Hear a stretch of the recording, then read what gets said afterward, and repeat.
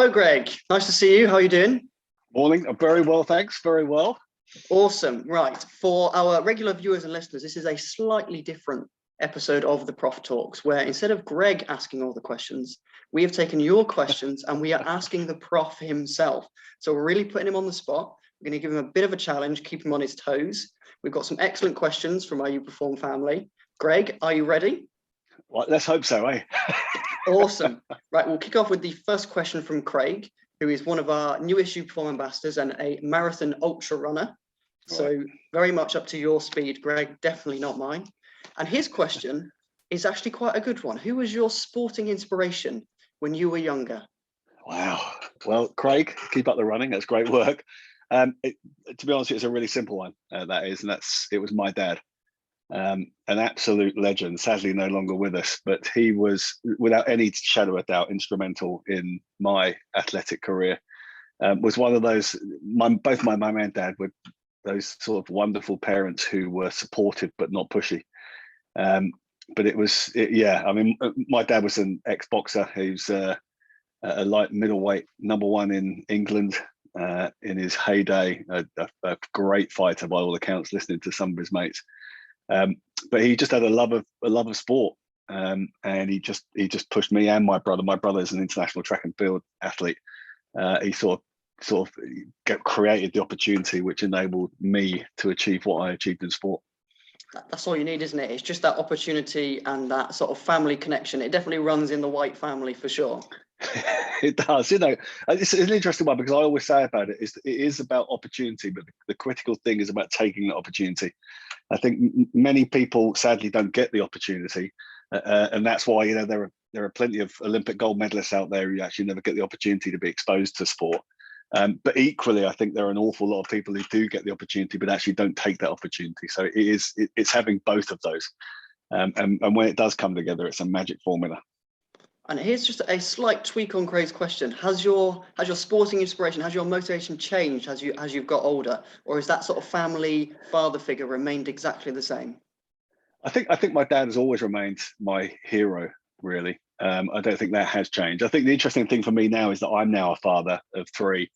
And I think what I try and do is inspire my 3 kids in a similar way, really, is that, we have one rule in our house, and the rule is that you can give up anything, but you have to replace it with something.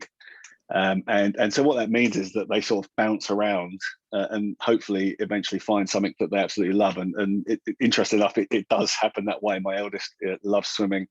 My middle one, she loves rowing. And my younger one, who's only 10, is still sort of bouncing around, finding the one thing that he loves. But I think the most important thing in sport is loving what you do, because it is, you and I just chatting before this, we've just come from swimming. Swimming is brutal. I mean, it's one of those brutal, isolating sports where you spend a huge amount of time on your own, even when you're part of the squad. And if you don't love it, then you simply aren't going to keep doing it. Yeah, there's a little saying I like to remind myself: if you love what you do, you'll never do a day's work in your life. Yep, true enough. Love what you do and do what you love, which is for us is crazy sports and endurance challenges. Yeah. Okie doke. So Craig, there's your answer to your question. Thank you very much for sending this in. The next question is from Jen. She is a triathlete and a physio for the NHS. So big thanks to her for all her work over the last couple of years. And her question is quite a good one. It's a bit more on the product side of things.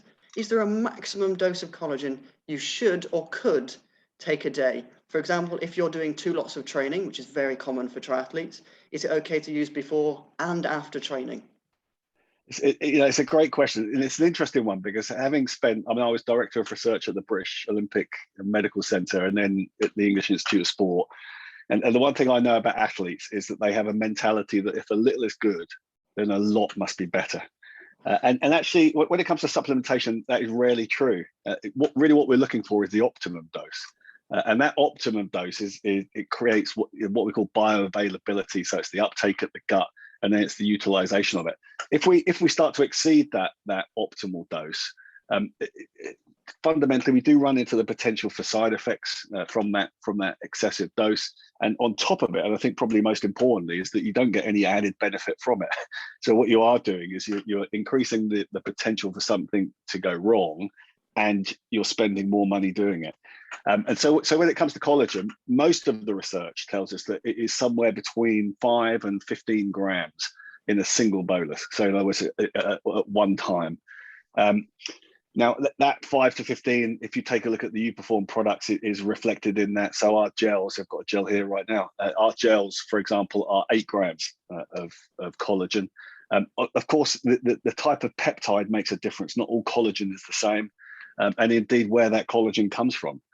So the vast majority, in fact, all of the research on collagen that has been published has actually been on what we call bovine collagen, which is what we use. With none, to my knowledge, on marine collagen. And so therefore the type of collagen makes a difference, and then the quantity makes a difference. So somewhere between 5 and 15. Can you take it more than once a day? Yes is the answer to that. And I think that really that 5 and 15 is created from research that looks at a single episode of exercise, or a single episode per day across time. And I think if you are creating a huge amount of demand on the body with training, so you are actually on multiple sessions a day, very high training volumes, then what, intuitively you think, well, actually you probably need more of it. But what I would do is a single episode is I would stick to that 5 to 15 grams. But if you are doing multiple sessions a day, you can repeat that dose throughout the day. So I think the key point here for you, Jen, is we're talking about minimum dose for the maximum results, aren't we? So yeah, that finding that optimum, and that's a big message for all of us here at UPerform. So excellent answer, Greg. And I did like the point on not all collagen is equal, which is a topic we're going to not feature today, but we're going to come back to in future episodes of the Prof Talks, as we've got some quite exciting news on that front. Okie doke. So next question is from John. He does a lot of running, and he suffers from quite swollen knees if he runs a little bit too far. And he loves the idea of using collagen, but he's just a little bit bothered about the potential cost of it, using it daily. So how long is it to be sort of expecting sort of optimum results for him if he's looking to sort of reduce those aches and pains from exercise and improve his recovery? How long should he expect to be taking collagen to get those results? Well, I mean, it's a great question. I mean, I think what's interesting is that joint pain per se is multifactorial. In other words, there are lots of different things that can cause joint pain, and certainly associated joint swelling is actually unlikely to be linked to collagen. So what we know about collagen is actually connective tissue, and so therefore within a joint there are two things we're interested in. One is in the cartilage, and the other is in the connective tissue of the ligaments and the tendons. And then, of course, outside of that capsule of the joint capsule, then what we are interested in is the muscle itself, and we know that there's collagen within the muscle. And so I think, I mean, without seeing his knee, without knowing what the issue is, I think it's very difficult to talk about the role of collagen in improving performance of that knee, particularly when you've got swelling of the knee. What I would firstly do is point you towards a diagnosis of that. It does sound potentially osteoarthritic, but that, again, this is from a distance without actually seeing it and knowing the full story. But I think identifying what the problem is in the first place is crucial to the way in which you treat that.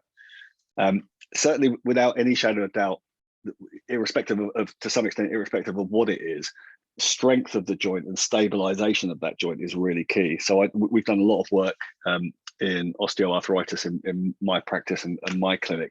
And in fact, with Protocol, which is a sister product of UPerform, I designed a product called Osteo Plus, which looks at it's a combination of a whole host of different supplements, which we know impact on things like joint pain, so hyaluronic acid, glucosamine, collagen, etc. So I think that, but what we know around that is that actually exercise is really the key intervention with osteoarthritis, but it's actually about stabilizing the joint. The more movement you have in the joint, the more irritation you have, and so therefore result in the more pain that you have. Stabilizing that joint comes to the musculature either side of it, and making sure that you are strong and endurable, so you've got strength and strength endurance in that to stabilize that joint. over, particularly if you're running at prolonged distances, is really, really important. So I think, taking the collagen will focus on the cartilage and connective tissues of ligaments and tendons, but there is no doubt about it that you need to back that with some prehabilitation work to stabilize the joint. And what I would do is recommend a diagnosis on that, just to check there's nothing underlying it that does require a different treatment. Excellent. That's a really great answer for John, and it's something that we like to sort of talk to people. Collagen is another piece of the jigsaw, and looking at all of those pieces of the jigsaw in context of each other. So doing the prehab, doing the rehab, sort of structuring your training in an appropriate fashion for your goals and what you want to achieve and your ability level that's the most important thing. Wouldn't you agree? Well, listen, I mean, I've been in this game. I've been an athlete for too many years, for over 4.5 decades. I have been a sports scientist for over 3 decades and a professor for almost 2 decades. And I can tell you the one thing that I have never found, and that is the magic wand. Yep. It simply doesn't exist. There is no, just one thing that's going to cure everything. And so I think what's critical about it is understanding what the determinants of the issue is, whether it's performance or determinants of performance. I speak an awful lot about, but determinants of injury or illness, and then actually targeting at source what the root cause of that is. And that invariably is multifactorial. So it's making sure that what you are doing is you are ticking all of the boxes in order to reverse the problem. Excellent. Thank you very much, Greg. And the next question is on a similar vein, but in moving away from sort of the use of collagen for knee-related and joint pain, but more to Achilles-related pain and Achilles-related recovery. Is there any indication of how long we should be sort of taking collagen in that respect? And is there a particular type of collagen that might be more useful for this? I think it's a very interesting question, and I think actually it probably brings us back to our idea of peptides, and we sort of talk mainly about 3 types of peptide: type 1, type 2, and type 3. And what we have in the gels, we have a slightly different formulation than we do in the tablets, for example. But in the gel, we have 1 and 3, types 1 and 3. In the tablets, we have type 2, and they really focus on slightly different areas. So the gels, without any shadow of doubt, focus on the connective tissue of ligaments and tendons, and actually, interestingly enough, on the skin, hair, and nails as well. And then what we find in the tablets is actually we focus on the collagen that is present in abundance in articular surfaces in cartilage. So again, making sure that you've got the right peptides for the right job, and so therefore, from a UPerform perspective, make sure you've got the right product for the right job is really important. Most of the studies that we see, some really fantastic studies, some really interesting studies from a number of different centers, looking at pain in particular, because I think one of the critical problems that we have with tendon issues, unless you've got tendon rupture and tendon injury that is treatable, a lot of people, a lot of athletes, and certainly as we age, we actually suffer from tendon pain. Lots of things associated with that, but certainly again, it comes back to sort of my original point that we just made in the previous question. It's multifactorial, but certainly one of those factors is collagen, and some really lovely studies which have shown that actually taking this 5 to 15 grams of collagen daily for a period of time. That period of time is an interesting one, because obviously it depends where you start from. How long you've had the problem for, what the underlying problem is. And critically, I think what's really important here is that what the studies have shown is that it's collagen in combination with rehabilitation, so invariably with strength work. So if you think about the Achilles tendon, for example, often some of that is going to be linked to soleus and gastrocnemius weakness, but fundamentally lower limb and upper limb, and potentially core, all sorts of different issues coming in. So I think the key is that what we do know is 5 to 15 grams daily is important, and then making sure that you do that in combination with very targeted rehabilitation, strength endurance work. Add on top of that flexibility, and how long it takes will very much be dependent upon the nature of the problem, how long you've had it, etc., etc., etc. So I can't really give it a sort of duration time, but certainly make sure that it's not just, what you're not doing is assuming it's a magic wand. You have to do all these other things alongside it to ensure that you get that active recovery. Excellent. And just bringing it back just a tiny little bit for the less well-versed in physiology and sort of the parts of the body, the soleus, that's the lower limb, that's like your calf that most people would associate with. So if you think about your calf, you've got the big head, the large head that you can sort of see, the posing bit of it, yep. Is actually the gastrocnemius. Okay. And then what you've got in what we call deep to it, so just underneath it, you've then got the soleus. And the soleus's job, it's an interesting one, because when I explain it to you, you immediately understand it. Is the soleus's job is to fully plantarflex the foot. So it's actually that pointing of the toes. And if you think about it, often the big problems that we get are actually in the coming months now. So as we move into this pre-season period, what people do is that they erroneously, and I've written a couple of pieces in 220 magazine on this, is that they move from long, slow distance, and then literally within a day, they start smashing out the track work. And they move into that really high intensity work. And the critical issue with that, to some extent, is that what you are doing is plantarflexion, that soleus, comes under significant additional strain, additional stress. And if it is weak, and that's not necessarily just weak in terms of strength, but if it lacks strength endurance, then effectively what you do is you overstress that soleus, and then that soleus becomes your calf problem, which is classic, as we move into this pre-season period, and calf problem which you will carry through all the way through to racing season. But of course, with that will then also translate down, because with weakness up top, you just translate that load down into the tendon, and so therefore it invariably means that the result is Achilles tendon pain as well. So it is making sure, I guess, two points to make there. One is make sure that you've got this progression through training, is that you don't just suddenly smash into the high intensity. You shouldn't be going from no track at all into very heavy long track sessions. It should be graded progressively in, number one.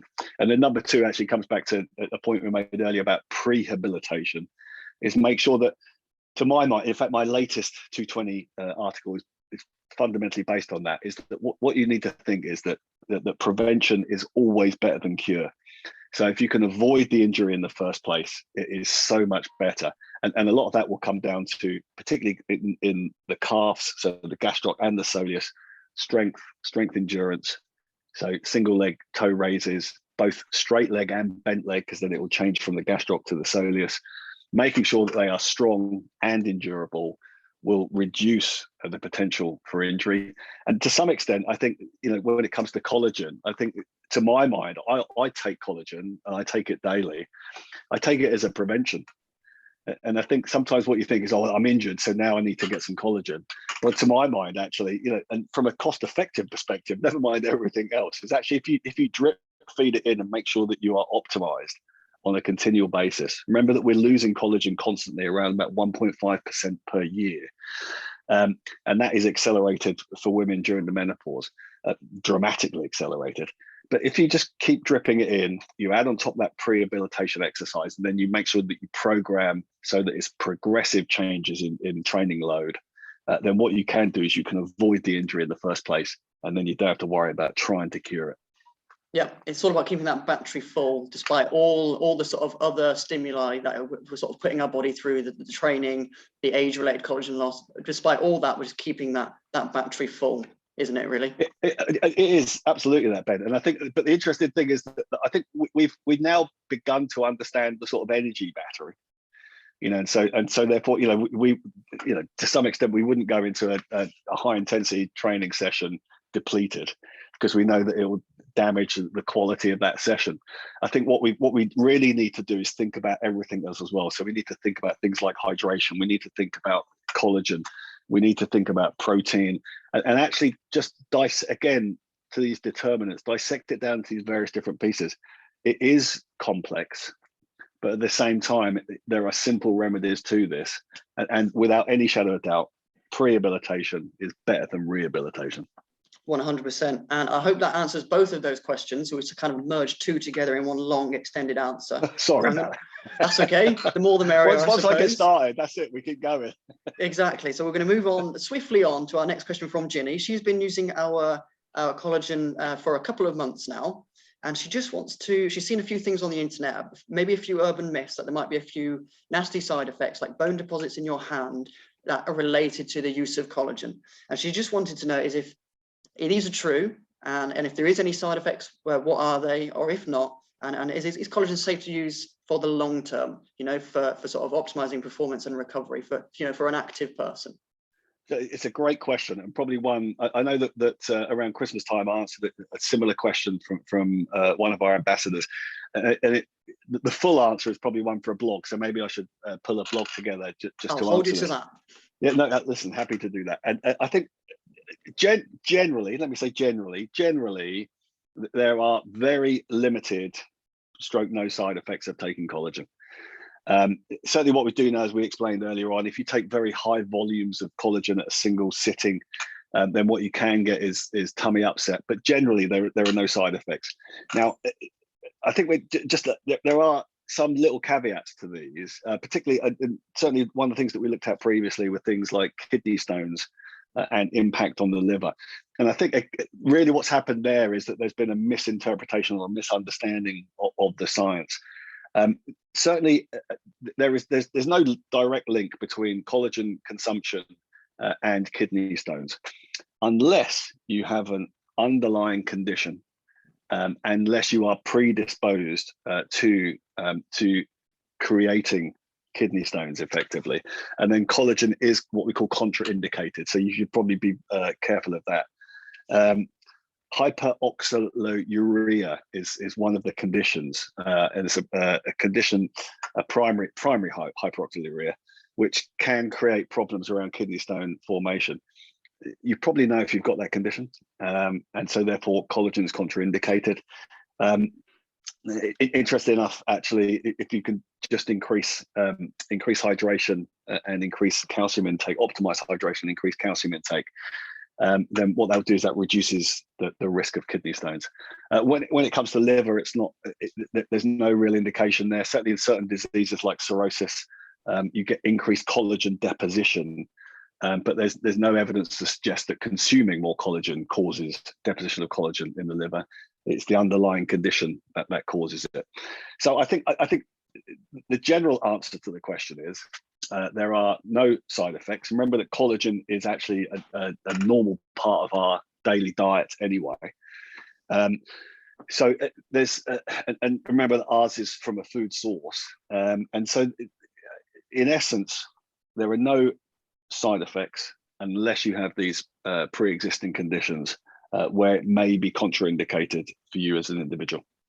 Excellent, really good answer. So I hope, Ginny, that helps you out with your sort of your recovery and your peace of mind almost, that you are safe to use the collagen on a daily basis. And we've got another question from another John. It may well be the same John. I'm not 100% sure, but I'm going to assume it's another John. There is more than one John out there, though. I know that. Well, we know quite a few. I've got a couple of mates who are called John. This may get confusing. I'm hoping the next round of questions we've even got another John. So he is 59, and he is just wondering what the main vitamins and supplement products in order of importance or relevance that will be sort of the most beneficial for him at his age, and given that he is still relatively active. Wow, it's a big question. To some extent, it's a really tough question without actually knowing John. And to my mind, I think look, I always say, look, food first is the way that we approach this, and I think that there are multiple reasons why we go food first. So in other words, what we should be looking at doing, well, listen, one of the phrases I often use is you cannot polish a turd, and by that I mean if your daily diet is dreadful, taking supplements is not going to make up for that. It may thwart some of the issues associated with it, but the fundamental is that you have to get the base layer right. And so, to some extent, if you think about building a house, let's talk cake analogies. If you are making a cake, the supplements are the icing that you lay on top of the cake. The point is that cake is your daily diet. If that cake recipe or is cooked badly or it's dreadful, then it doesn't matter how good the veneer of icing is on top of it. It will still be a dreadful cake. So I think the first thing to think about for John is make sure that what you've got a healthy, balanced diet. Now, that we could spend hours talking about that. Just a couple of pieces that I always point towards when it comes to diet. Number one is make it yourself. One of the biggest problems that we face, to my mind, from a diet perspective, is highly processed and processed foods, and so that tends to be things that are pre-made. They contain all sorts of ingredients. Some of those to fix it, so it keeps it on the shelf for longer. So things like salt, sugar, those type of things. But also you've got lots of things like flavorings and colorings and all that. Lots in there. If you make it yourself, you know exactly what goes into it. And I think the second thing is eat the rainbow. When it comes to micronutrients, and this is really, I think, what John is talking about in terms of supplementation, vitamins and minerals effectively come from color. So the more colorful your plate and the more colorful your diet across time is, you're much more likely to be making sure that you optimize the intake of those various vitamins and minerals. So food first. Next thing is indication. Where there is indication, then what we should be doing is supplementing. So, for example, for pregnant women, obviously we know that it's indicated for various conditions. These are things like osteoporosis and osteopenia. It's clinically indicated.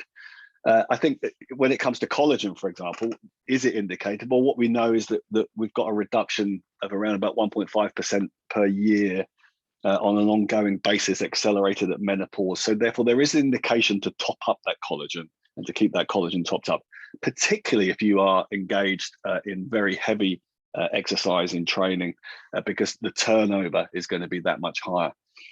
So food first, indication, and then probably coming down to what John is now asking, what's the most important?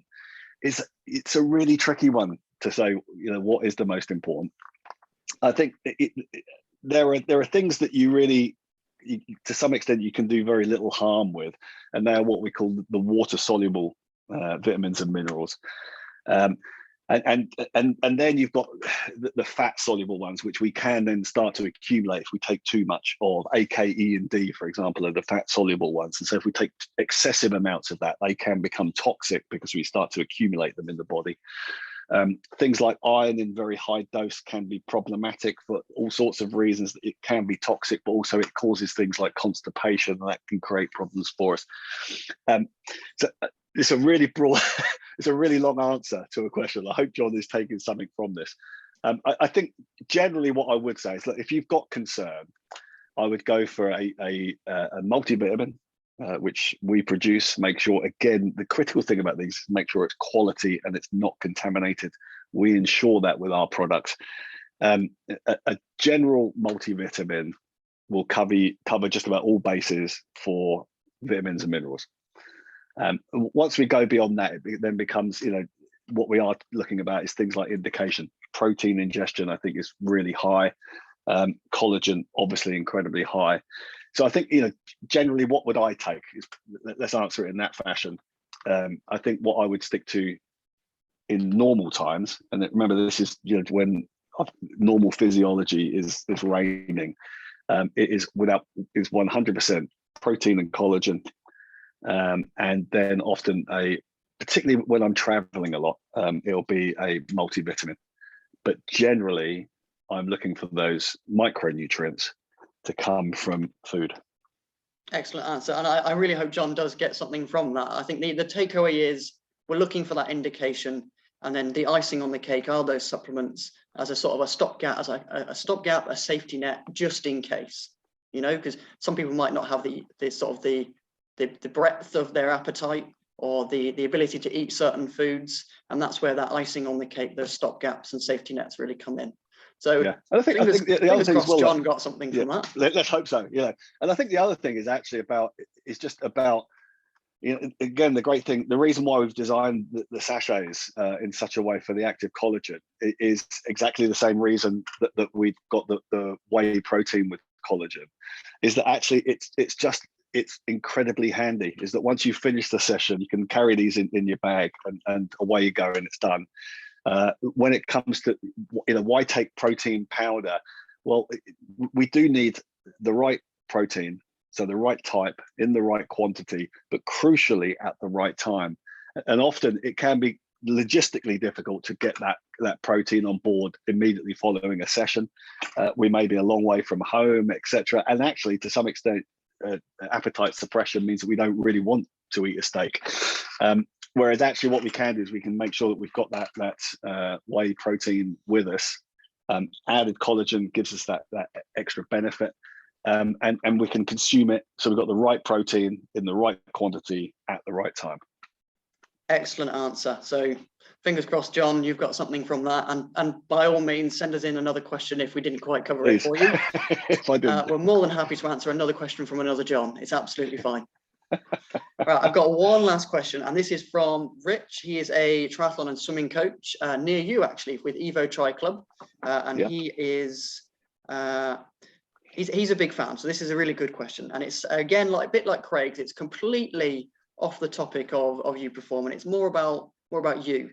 So, what is your favourite post-swimming meal? Well, hi, Rich. I know the Evo guys really well. Fantastic club, and I particularly when I open water swim, I see them an awful lot, and I often see them on the road a great deal as well. A great squad across. What I love about Evo as well is actually it's across the age span. They do some fantastic work with the kids all the way through to the age groupers. So great, and thanks for the question. My favourite, it's a really interesting one. I think I'm to some extent really old school when it comes to post training. I'm very much a carbohydrate to some extent. I'm a pasta man with protein attached to it. My absolute favorite is a carbonara, but I could be pushed towards a salmon based creamy pasta as well. But I guess to some extent I probably, like many people, after, it depends on the intensity of the session, but after a really hard session, appetite is quite suppressed. It takes a bit of time to bring it back. And the worst times I think are actually after the really long sessions. So in training for the ultras that I was doing last year and the year before, what it's like when you come back from a sort of 22 miler run or a 100 miler on the bike. It takes a real long while to get any sort of appetite back. You can graze a lot of rubbish, but actually getting appetite back is really difficult. And for me, that's why post-exercise protein shake is completely integral to every session that I do.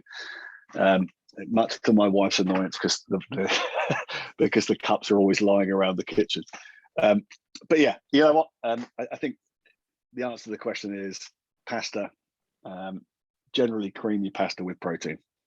I think that we're very different. I've not been quite swimming as long as you have, but I'm very traditional in the sense that any 2-hour session when I was a lot younger as a swimming club sort of competitive swimmer, beans on toast. I grew up and I fueled swimming on beans on toast essentially. There's just, whether you're hungry or not, it just does the job. It takes 2 minutes. Well, you can eat it cold. Yeah. You can eat it cold in the back of a car at 9 o'clock at night, driving home from Millfield School. Yeah. You can if you're desperate. You're right, but it's horses for courses. I think if you were to do that sort of questionnaire across an entire squad, you'd find everybody's got something slightly different. I think it's just whatever works for you. But that has always worked for me, and that's sort of my go-to.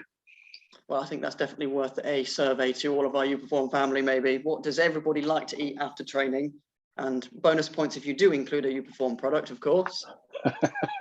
Absolutely right, yeah. Right.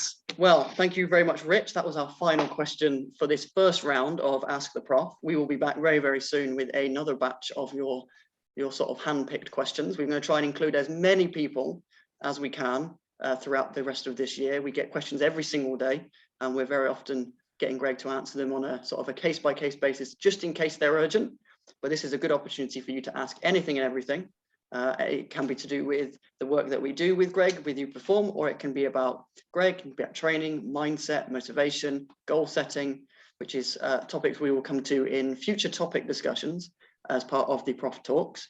So if you are interested in following along, do make sure you like and subscribe to either our YouTube channel, to our podcast, the Prof Talks, and check us out on social media and our emails, just to keep in the flow of all the information so you don't miss anything.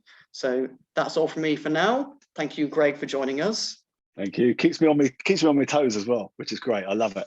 We don't like him to get bored. We need to keep his mind fresh and his body active. And we will see you on the next episode.